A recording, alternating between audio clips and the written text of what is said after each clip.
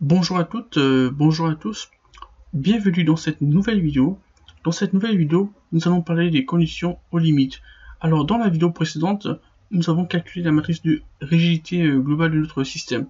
Donc ici, je vous représente cette matrice de rigidité globale de notre système.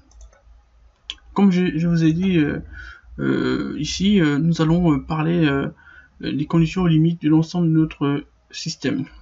Ici, on peut remarquer rapidement qu'au nœud 1 et au nœud 5, notre système est encastré.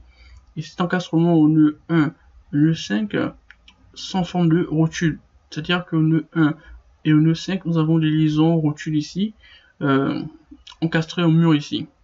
Dans ces liaisons au nœud 1 et au nœud 5, on peut les identifier comme des liaisons d'articulation. Donc, au nœud 1 et au nœud 1 et au nœud 5, les liaisons d'articulation. Donc, en ce qui concerne les déplacements, on peut dire que les déplacements au nœud 1 sont nuls, donc c'est-à-dire U1 et V1 sont nuls, car notre système ici est encastré via une liaison rotule. Au nœud 2, ici, le système, il n'y a aucune force appliquée au nœud 2, mais ici au nœud 3, il y a la force appliquée ici. Vu qu'au nœud 2, nous avons aussi une liaison rotule entre l'ensemble des poutres qui convergent vers ce nœud. Du coup ici, ce nœud n'est pas nul. Du coup, ça veut dire que ce nœud peut se déplacer à travers. Ce nœud peut se déplacer grâce à la force F ici appliquée. Donc grâce à la force F, notre nœud 2 ici peut se déplacer. Donc ici, on va dire que U2 et V2 ne sont pas nuls, même s'il n'y a aucune force appliquée sur ce nœud, mais grâce à la force appliquée au nœud 3 ici, notre nœud 2 peut se déplacer. C'est pourquoi ici on va dire U2 et V2 ne sont pas nuls. Alors si nous passons au nœud 3, ici, vu que au nœud 3 nous appliquons la force F, ce nœud peut se déplacer ou va se déplacer, car grâce à la force F ici, notre nœud 3 va se déplacer.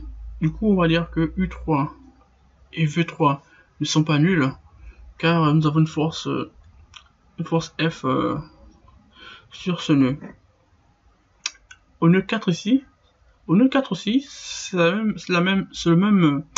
nœud 4 c'est le même raisonnement que le nœud 2, car au nœud 4 nous n'avons aucune force appliquée au nœud 4, mais grâce à la force appliquée au nœud 2, qui va emmener l'ensemble de notre structure vers le bas, notre nœud 4 va pouvoir se déplacer. C'est pourquoi ici nous avons mis U4 et V4 ne sont pas nuls. Au nœud 5, vu que au nœud 5 nous avons la même liaison que le nœud 1, donc c'est un système de rotule encastré ici. Donc ici, vu que le système est encastré, les nœuds 1 et les nœuds 5 ne peuvent pas se déplacer. Vu que les nœuds 1 et les nœuds 5 ne peuvent pas se déplacer, on va dire que ici U5 et V5 sont nuls. Donc en résumé, en ce qui concerne les déplacements, au nœud 1 et au nœud 5, il n'y a pas de déplacement. Et les autres nœuds, on aura un déplacement via la force F. Donc la force F va entraîner les autres nœuds. En ce qui concerne les réactions, vu que le nœud 1, ce nœud 1 ne peut pas se déplacer, ça veut dire qu'il existe une force qui maintient ce nœud de manière statique. Donc c'est pourquoi ici, on va dire que les réactions au nœud 1 ne sont pas nulles. C'est pourquoi ici nous avons mis x1 et y1 différents de 0. Au nœud 2, vu que le nœud 2, le nœud 3 et le nœud 4 vont se déplacer, ça veut dire qu'il n'y a aucune force qui maintient ces nœuds en statique. Donc le nœud 2, 3 et 4 vont se déplacer. Du coup, vu que les nœuds 2, 3 et 4 vont se déplacer, ça veut dire qu'il n'y a aucune force. Il y a aucune force qui maintient nos nœuds en statique. C'est pourquoi ici nous avons U2 égale à 0, U2 égale à 0,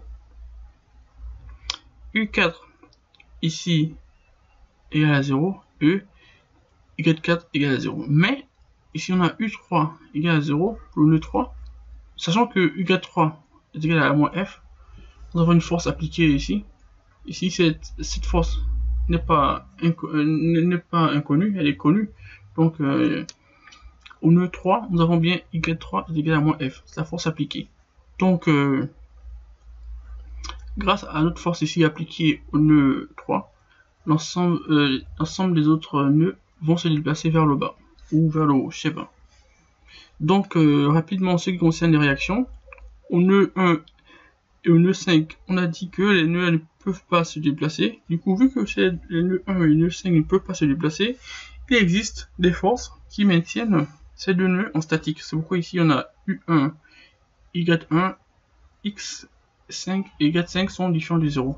En ce qui concerne les nœuds 2 et 3, ici il n'y a aucune force dès le départ.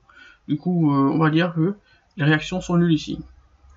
Au nœud 3, selon X, c'est nul. La seule force ici appliquée, c'est la force donnée ici, c'est cette force verticale ici, F ici. Donc c'est pourquoi ici on met Y3 est égal à 0. C'est une force connue, c'est une donnée du problème. Donc ici, on a parlé des conditions aux limites de notre structure. Dans la vidéo suivante, on va commencer à calculer les déplacements de nos inconnus.